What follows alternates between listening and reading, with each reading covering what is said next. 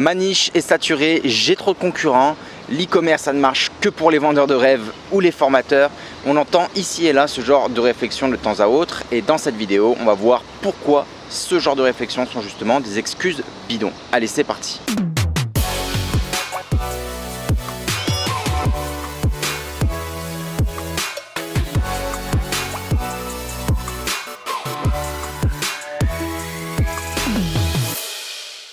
Salut, c'est Émeric, on est ici dans cette vidéo en direct de Hong Kong. Si tu ne me connais pas, bienvenue sur ma chaîne. Sache que ça fait plus de 7 ans que je suis installé ici à Hong Kong, que j'y ai créé mes business en ligne, mon agence de consulting et aussi récemment ma plateforme de sourcing et de logistique à Shenzhen en Chine. Donc dans cette vidéo, je voulais justement te parler du fait que certaines personnes pensent qu'un marché est trop concurrentiel ou est saturé. Donc dans le e-commerce comme dans n'importe quel business, en effet il existe des marchés ou des niches qui sont plus concurrentiels que d'autres. Quelque part c'est aussi bon signe parce que s'il y a beaucoup de concurrence sur une niche, cela veut dire qu'il y a aussi beaucoup de demandes et qu'il y a un marché important. Donc pourquoi justement il y a beaucoup de concurrence sur ces marchés? Tout le monde veut un peu sa part du gâteau.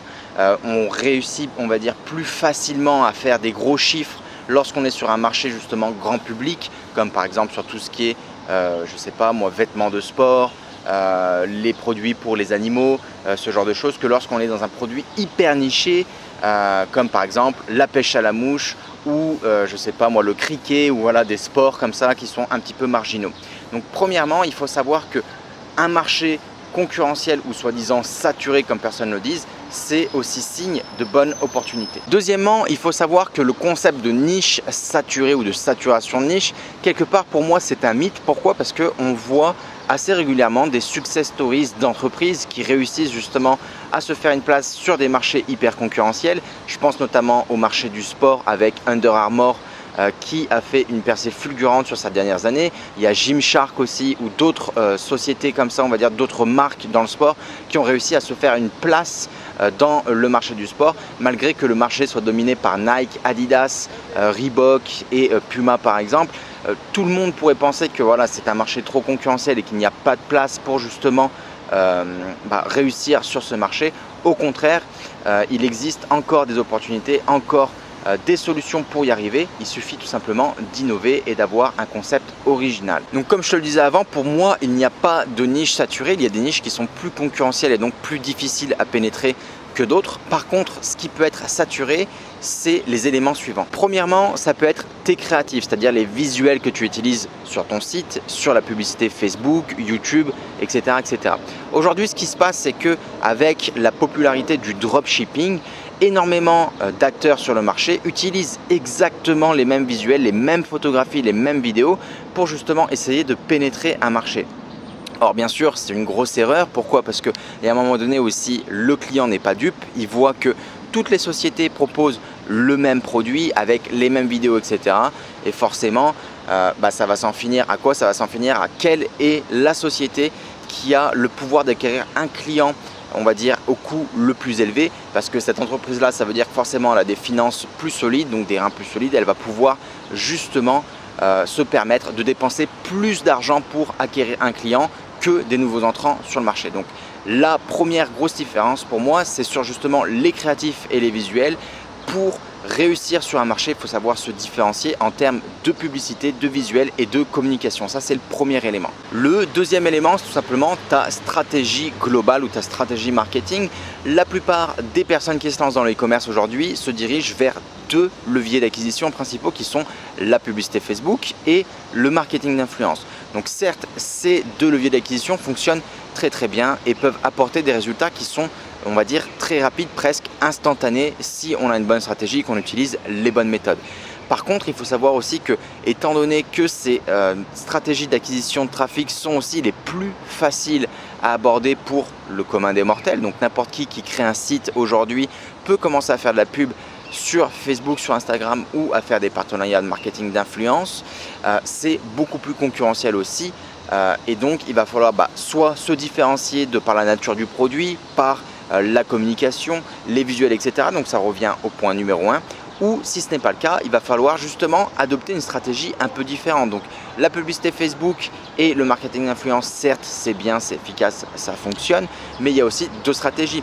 Vous pouvez aussi travailler avec ce qu'on appelle des prescripteurs. C'est un peu comme des influenceurs, mais on va dire que c'est des personnes qui sont plus spécialisées, qui ont peut-être certes une audience beaucoup moins importante, mais qui vont avoir un pouvoir sur ces audiences qui vont être beaucoup plus importantes.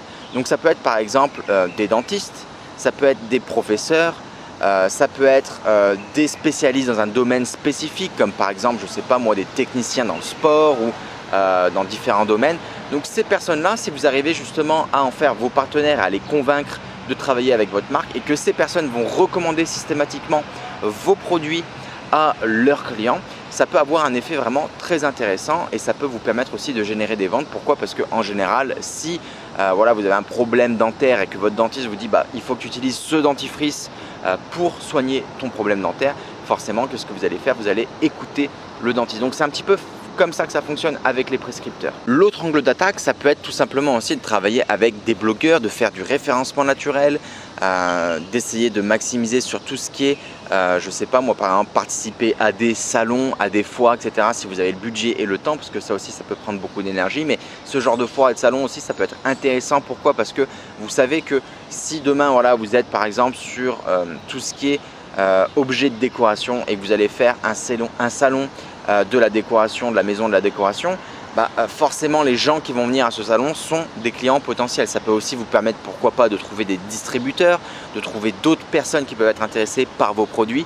Donc ça peut être aussi un angle d'attaque intéressant. Alors encore une fois, tout ce qui est salon et foire, par contre ça nécessite un petit peu de budget aussi, un petit peu de temps pour organiser tout ça. Donc ça va être une stratégie qui va être recommandée, on va dire, pour des sociétés qui sont déjà établies, qui ont déjà un certain chiffre d'affaires, une certaine réputation. Et enfin, le troisième angle d'attaque, pour en citer que 3 principaux, on va dire, dans cette vidéo, c'est tout simplement de contacter des distributeurs, des boutiques physiques. Donc on sort du registre du e-commerce, mais vous pouvez très bien proposer à des boutiques, par exemple physiques dans votre ville ou dans votre pays, de travailler avec vous, de lister vos produits, de travailler si au début ils n'ont pas le budget ou pour justement un petit peu les motiver à vendre vos produits, de proposer par exemple de travailler sur une base de consignment, donc comme une consigne, donc c'est-à-dire que vous déposez vos produits dans la boutique va présenter vos produits, les mettre en rayon, etc.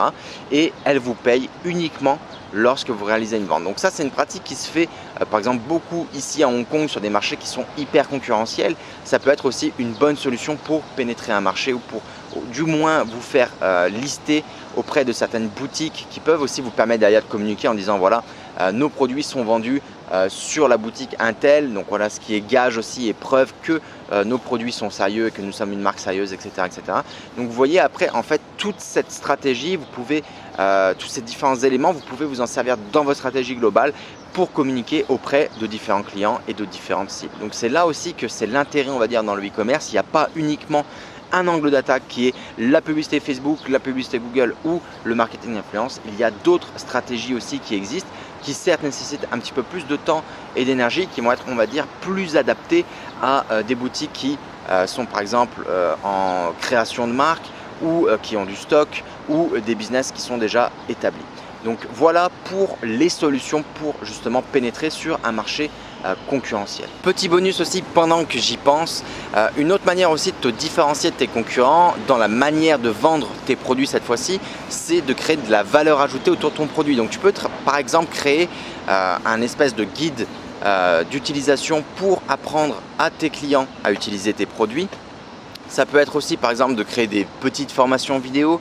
Voilà, il y a plein de petites choses comme ça que tu peux créer pour ajouter de la valeur à tes clients et te différencier de tes concurrents. Donc voilà pour la petite parenthèse. Pour conclure cette vidéo, je dirais qu'il y a 2 choses importantes que tu dois retenir. La première, c'est qu'il n'y a pas de marché saturé ou trop concurrentiel. Au contraire, lorsqu'un marché est concurrentiel, c'est-à-dire qu'il y a une bonne opportunité, que la part du gâteau à récupérer est importante. Deuxièmement, aucun marché n'est saturé, c'est la stratégie qui est saturée, qui est grillée. Pourquoi? Parce qu'aujourd'hui, énormément d'e-commerçants font la même chose, vendent les mêmes produits, utilisent les mêmes visuels, les mêmes créatifs avec plus ou moins les mêmes stratégies marketing qui est la pub Facebook, le marketing d'influence, etc., etc.